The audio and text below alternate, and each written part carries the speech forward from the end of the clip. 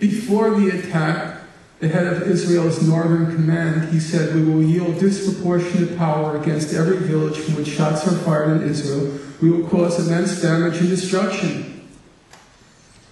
The former chief of Israel's National Security Council, he said before the attack, "The next war will lead to intense suffering among the enemy population, the destruction of homes and infrastructure, and the suffering of hundreds of thousands of people." During the invasion, Israel's foreign minister, Tzipi Livni, she said, "Hamas now understands that when you fire on Israel's citizens, it responds by going wild, and that is a good thing," said Ms. Livni. The day after the attack, Ms. Livni went on Israel's Channel 10 News, and she said, "Israel demonstrated real hooliganism during the course of the recent operation, which is what I demanded." And then a strange thing happened. A few months later, Ms. Livni was on her way to the UK, and a British court authorized that she could be served with papers for being a war criminal.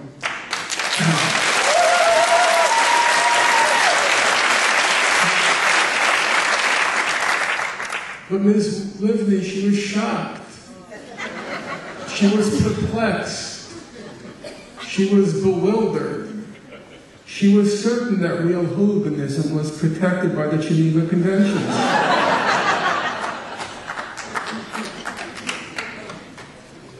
A former Israeli defense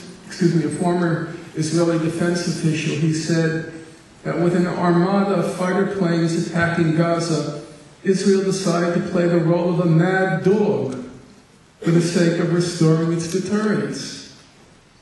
A former senior Israeli security official, he boasted that Israel had regained its deterrence capacity. How? It has shown Hamas, Iran, and the region that it can be as lunatic as any of them. Lunatic, mad dog, real hooliganism, wild, causing immense suffering. What else could the Goldstone mission conclude except that Israel's leadership launched a deliberately disproportionate attack designed to punish, humiliate, and terrorize the civilian population? Nonetheless, the Goldstone report evoked a huge outcry of outrage across the Israeli political spectrum.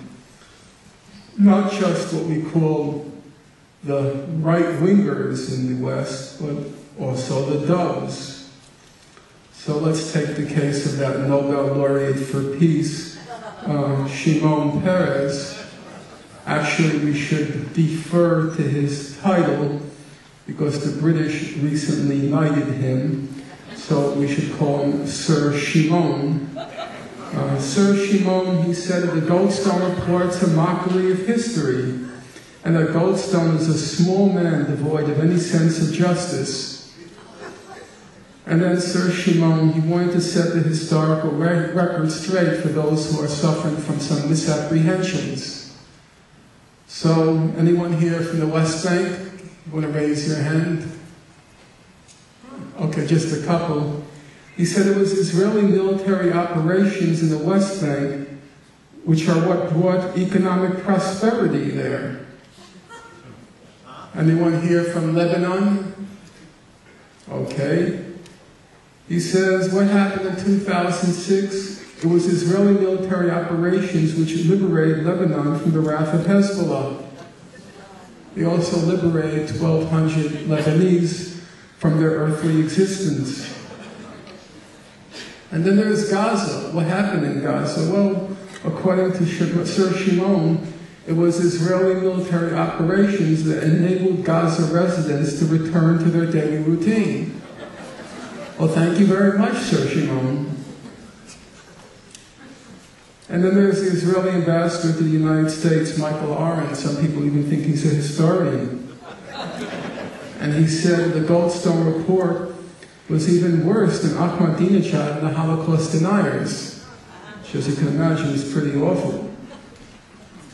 And then back in the United States, Alan Dershowitz of Harvard Law School, he alleged the Goldstone Report is so filled with lies, distortions, and blood libels that it could have been drafted by Hamas extremists. It recalled the protocols of the elders of Zion. He said Goldstone was an evil, evil, evil man, an absolute traitor. You can just imagine how indignant Mr. Dershowitz would have been if he actually read the report. And then, as Sinclair Lewis famously said in Elmer Gantry, every circus needs a clown. So along came Elie Wiesel and said that the report was a crime against the Jewish people.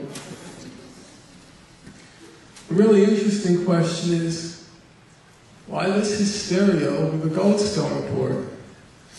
The Goldstone Report was the last in a long series of reports issued by respected human rights organizations, all of which reached roughly the same conclusions. Amnesty International produced 2 very large reports. Human Rights Watch produced, as of this morning, we're now up to 7 reports on what happened in Gaza. Palestinian human rights organizations issued reports. Israeli human rights organizations issued reports. There were fact-finding missions, and so forth. The Goldstone Report, you might say, I have read through all of the reports quite carefully. You might even say the Goldstone Report was the most cautious, the most careful, the most judicious, the most circumspect of all of them. So why did Israel become so hysterical? And the answer, I think, is not very hard to find. Mr. Goldstone is not only Jewish, but he is, by his own reckoning, a Zionist. He says, I've worked for Israel all of my adult life. I fully support Israel's right to exist. I'm a firm believer in the absolute right of the Jewish people to have their home there. Mr. Goldstone sits on the Board of Governors of the Hebrew University in Jerusalem. He's the recipient of an honorary doctorate from the Hebrew University. His mother was an activist in the Zionist movement. His daughter did Zionist immigration to Israel. When Mr. Goldstone was asked, why did you become a human rights lawyer? He said, well, it was because of the Nazi Holocaust. And now Israel had a real problem on its hands. Because for many decades it had honed, it had perfected these ideological weapons in order to discredit any critics of Israel. So if you criticized Israel, you must be an anti-Semite, a self-hating Jew, a Holocaust denier. But Mr. Goldstone's persona and his profession neutralized those weapons. As the Israeli columnist Gideon Levy put it, he said, this time, referring to Mr. Goldstone, this time the messenger is propaganda-proof. Mr. Goldstone, he didn't have a typical profile of an anti-Semite. He didn't seem like a self-hating Jew. He said, I love Israel, a Zionist. He wasn't your run-of-the-mill Holocaust denier, because he said it was because of the Holocaust that I became a human rights lawyer. So, if he was not an anti-Semite, he was not a self-hating Jew, he was not a Holocaust denier, if he wasn't an incompetent or a fool, and the former chief prosecutor and major tribunals couldn't be an incompetent or a fool. And there was only one plausible explanation for why he wrote what he wrote in the report. The only possible explanation is it was true. And so Israel panicked and continues to this day to panic. There were many major repercussions of the Gaza massacre and the ensuing Goldstone report. I'll only focus on one since time is getting late.